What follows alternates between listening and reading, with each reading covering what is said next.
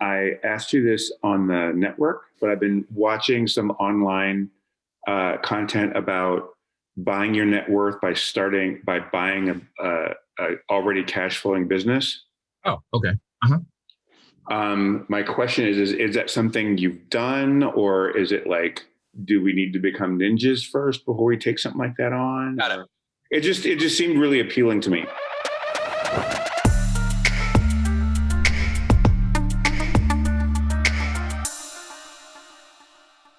Yeah, there should be a lot of stuff appeal to it. It's awesome. It's a great idea. And so here's the, not for lack of trying. So let's be clear. I have, I will, in no particular order, some of the existing cash flow businesses that I have been either in escrow on or trying to purchase for a an amenities company. I've tried that.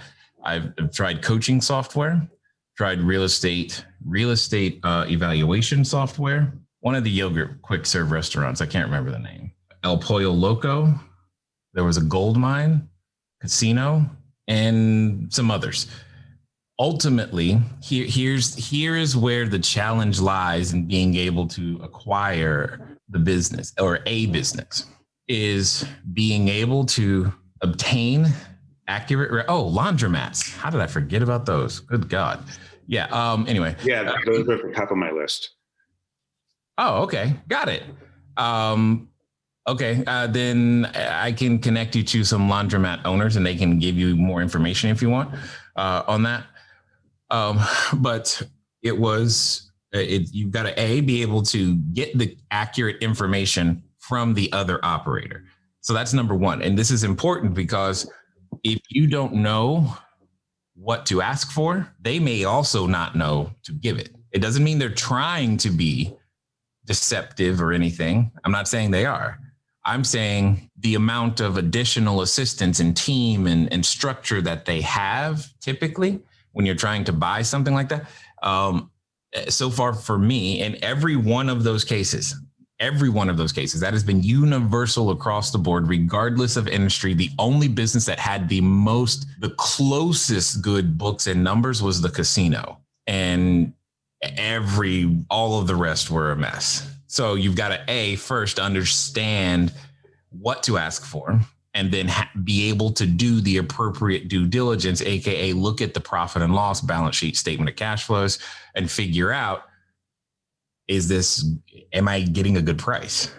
Which is actually part of why I had this idea of, hey, let's go through a P&L. Let's look at it. Let's understand it. Let's make your businesses operate better, right? So that this is part of the reason why.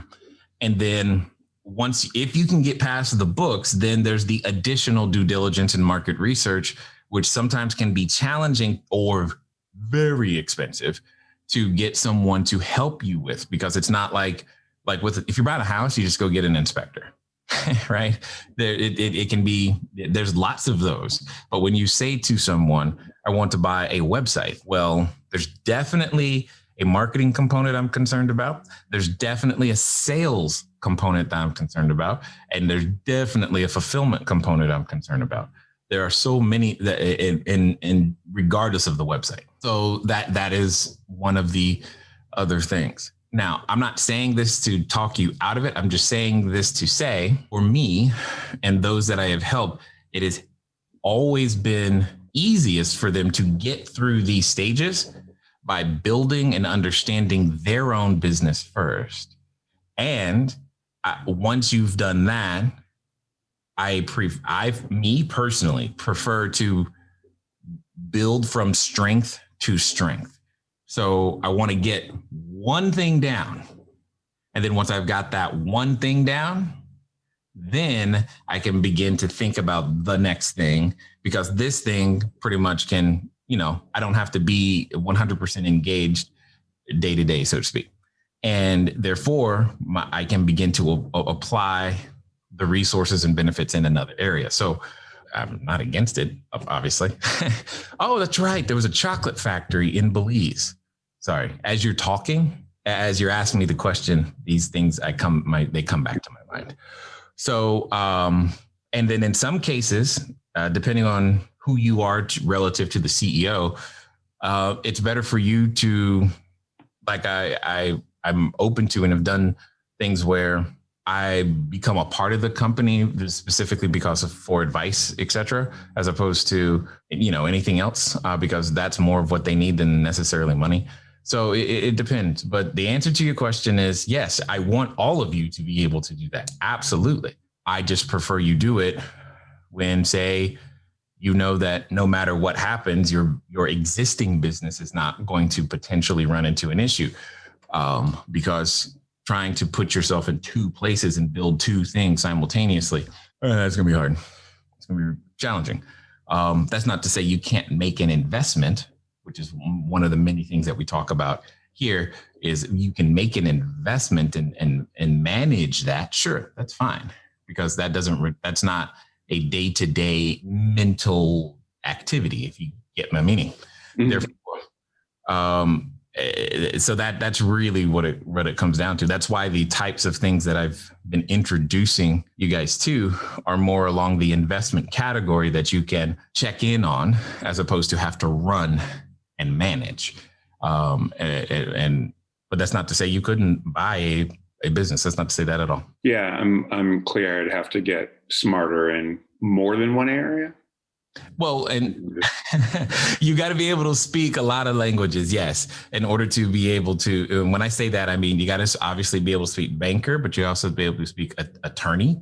You got to be able to speak operations, which, shout out to Mary. I am learning, y'all. Anytime you just see Mary, if you just like give her a heart emoji or a hug or anything, and being able to just understand that there are all of those roles and pieces are things that you must begin to be able to deal with in some way, shape, or form, because as you continue to go, your org chart, for all intents and purposes, will change and grow. I mean, it took me like 2 years to even understand how to communicate to a CFO.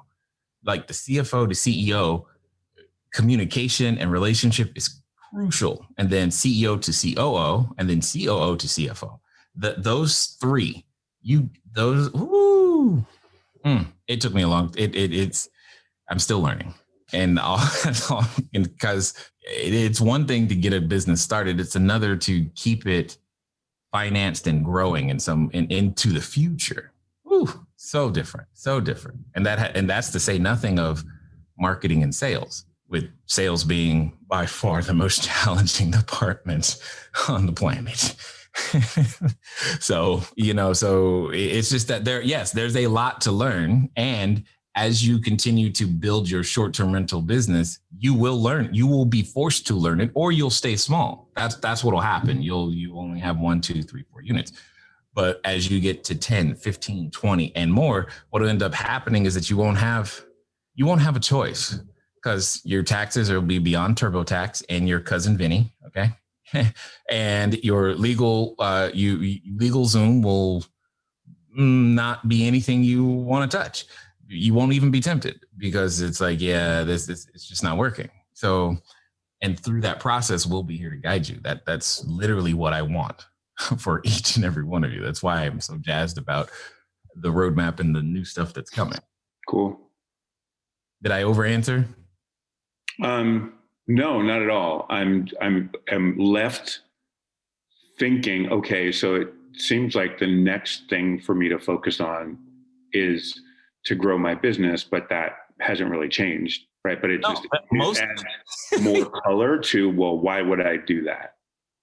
Well, you would do that for the education. Remember, you do your for experience, not profit. Then later you get to profit from your experience. And what I'm saying is, there's so much in the process of buying another business that I think you'd be better just doubling or tripling yours. Actually, how many years do you have? I have 2. So I want to 7 times in yours than you would. And what will happen is that you will run into the roadblocks that the other entrepreneur may or may not have. And that'll tell you what kind of entrepreneur you're dealing with. Because that's really important when you're beginning to buy an existing running, going concern from someone else. You need to understand what type of entrepreneur you're dealing with. And yeah, because if you don't, you again, you may not be able to get a feel for the business or its current culture or the database's culture, assuming they have a database. Because I think, especially if you go brick and mortar, this is the biggest thing. Nobody's got a database. It's like, got it. Oh no, we've got thousands of customers. Great. What's your email list? Well, we don't do email. They just come in. Okay. It's a challenge because it's like, I mean, and I'm like, okay, hold on. You're doing how much revenue and you have no online presence? Okay, got it. So, and that becomes like, all right, there's a big glaring opportunity sign now. And then it becomes all right, so let me see if I can find the right way to finance and manage this without it taking too much time. Yeah. I'll be in. And the hair cutting place. There was what's that called? It's a Supercut.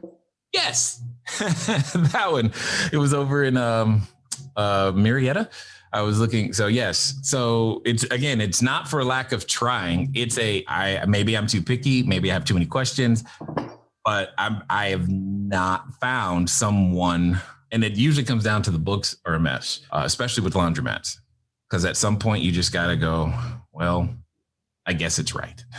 Because it's a whole bunch of change and not always automated. And if you're in California, you've got EPA issues. And anyway, it's a whole nother story. But nonetheless, I love that. Again, this type of conversation, what you're talking about when it comes to getting into the next businesses and all that type of stuff, that's a lot of what we do on Fridays with the Next Step group, because that's where they are, either they're buying or selling property, financing, real estate, seller finance notes, and all that type of stuff is typically where we end up talking about it. But yeah, I want that for each and every, are you kidding me? That is why I am doing this.